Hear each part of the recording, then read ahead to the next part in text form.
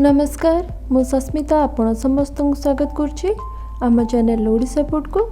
आज आम बनैबा tasty cabbage Manchurian. ये पत्रकोबीर मंचूरियन शीत दिने खाइबापी बहुत बढ़िया लगी था।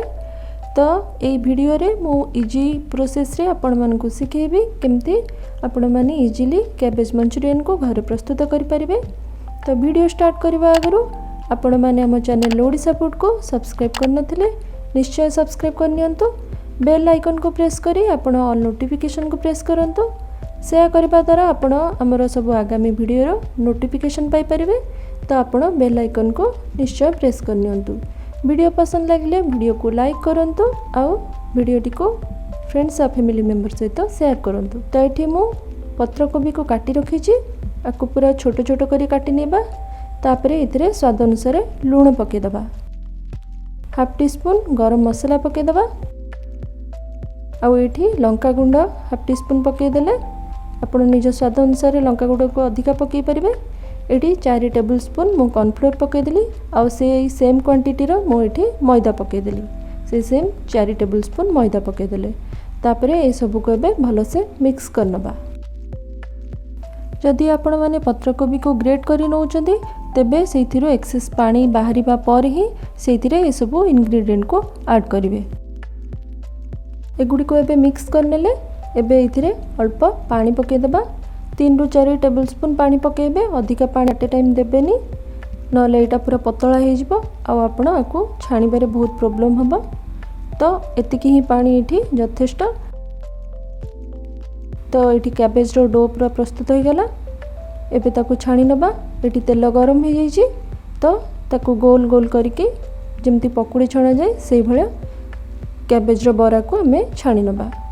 आकु मीडियम फ्लेम रे ही छाणीबा। पकेबा पर सांग सांग को उल्टेबेनी 1 मिनिट छाड़ी के आकु उल्टे उल्टे के छाणी नेबे। एटी देखंतु बरा गुडी को कलर टिके चेंज हो गलानी। तो एई भलिया गोल्डन ब्राउन कलर आसीबा जाय आकु हमें मीडियम फ्लेम रे छाणी नबा। हार्डली 4 ରୁ 5 मिनिट लागिबो छाणीबा पई।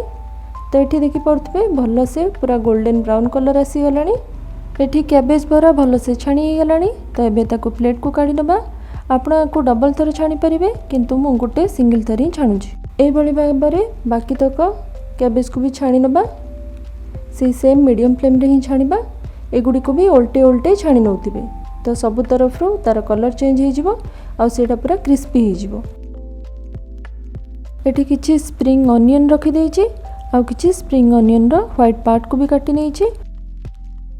8 ରୁ 10 रसुण कोला को काटी नेछि आ अल्प कैप्सिकम को काटी रखिछि। आपण एठी रेड कैप्सिकम बा येलो कैप्सिकम को भी यूज कर परिबे। करेई रे एठी अल्प तेल गरम कर नेछि। सेइथिरे बे कटा हेतिबा रसुण को ऐड कर देले। एबे सब को 1 मिनिट पई भाजी नबा।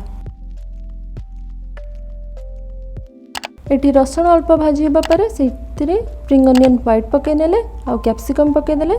स्प्रिंग ऑनियन व्हाइट ऑप्शनल आपण पाखे थिले निश्चय यूज करेंगे ना आपण एथिरे साधा पियाज को भी पकई पारिबे। एगुड़ी को एबे मीडियम फ्लेम रे 3 मिनिट जाई भाजी नबा। अधिका टाइम भाजीबेनी नहले कैप्सिकम पूरा नरम हो जिवो। एई भली सब चाइनीज रेसिपी रे कैप्सिकम टिके टाण थिले ही भल लागि थाए खाइबा को। तो एठी पाका पाकी 3 मिनिट हो गलानी। कैप्सिकम भी भल से भाजी गलानी। तो एबे सेइथिरे हमें सब तक सॉस ऐड करबा। वीडियोटी ए पर्यंत भल लागुथिले वीडियोटी को लाइक करंतु और शेयर करंतु। एठी आगे 1 टेबल स्पून चिली सॉस पके देले, रेड चिली सॉस और एठी light soya sauce 1 table spoon पके देले। आपनक पाखे डार्क सोया सॉस थिले बहुत ही कम यूज करिवे। सेथिरे एबे 2 टेबल स्पून टमाटो केचप पके देले और हाफ टी स्पून गोलमरिच पाउडर पके देले। एबे ए सब को भलो से मिक्स करनबा।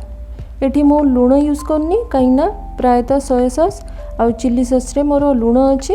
तो मु एठी लूण आ टोटली यूज करनी जहाँ आम कैबेज रे लूण पकई थिले सेतिकी लूण रे एठी हमर कैबेज मंचूरियन हो जिवो।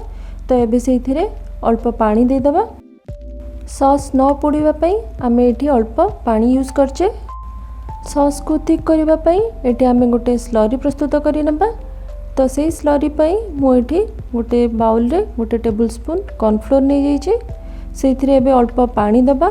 पानी को भल से कॉर्नफ्लोर सहित मिसी गोटे स्लरी प्रस्तुत करि नबा। ए स्लरी को आम आवश्यक अनुसार सॉस रे पकेबा। तो सॉस थिक हम से भाया टिके थिक थिले ही कैबेज पकोड़ा को से पकेले सबुतक सॉस से ऑब्जर्व होबो। तो ये आवश्यक अनुसार मु 3 टीस्पून स्लरी पकई नेली। एबे सब को मिक्स करनबा। एटी देखो सॉस संगे संगे थिक हो गलानी। तो ये स्टेज रे ही आमे छणा हेतिबा कैबेज पकोड़ा गुडी को एथिरे ऐड कर दबा। तो संगे संगे आको मिसई नबा। ए भला करबा द्वारा सबुतक सॉस भल से ऑब्जर्व हो जिवो पकोड़ा रे। तो संगे संगे ही गरम थिबो आपण सेथिरे सॉस रे पकई नेबे गुडी को आ भल से मिक्स कर नेबे। एटी देखंतु भल से मिक्स हो गला सबुतक सॉस। तो एबे सेथिरे अल्प स्प्रिंग अनियन पकई देले आकु भी पुणी आउ थरे मिक्स कर नबा। तो ये प्रस्तुत हो गला कैबेज मंचूरियन। ताको गार्निश करबा पई आउ टिके स्प्रिंग अनियन पकई देले। तो ये super tasty cabbage Manchurian ready हो गलानी। आपण आको गरमा गरम इवनिंग स्नैक्स रे खाई परिवे, बहुत ही बढ़िया लगता है। तो मु देखैथिबा प्रोसेस रे आपण कैबेज मंचूरियन को निश्चय प्रस्तुत करंतु। आपण मानक ये रेसिपीटी केमिति लागिला ताहा हमको कमेंट करी निश्चय जणांतु। वीडियोटी पसंद लागितले वीडियो को लाइक करंतु। आउ आपण मानको इनफॉर्मेटिव लागितले वीडियोटी को निश्चय शेयर करंतु। तो मु आशा करछि आपण माने एपर्यंत एमतिया टेस्टी रेसिपी देखिबा पई हम चैनल को सब्सक्राइब कर नैथिबे। आउ आशा करछि आपण मानको वीडियोटी पसंद लागिथिबो। तेबे वीडियोटी को निश्चय लाइक करंतु, शेयर करंतु आउ सब्सक्राइब करनियंतु हम चैनल को। एही रेसिपी रिलेटेड किछि भी क्वेरी थिले आपण हमको कमेंट थ्रू रे पचारि परिबे। तो मु आज एठी वाइंड अप करछि। पुणी आपण मानक सह देखा आ गोटे नुआ रेसिपी वीडियो रे। धन्यवाद।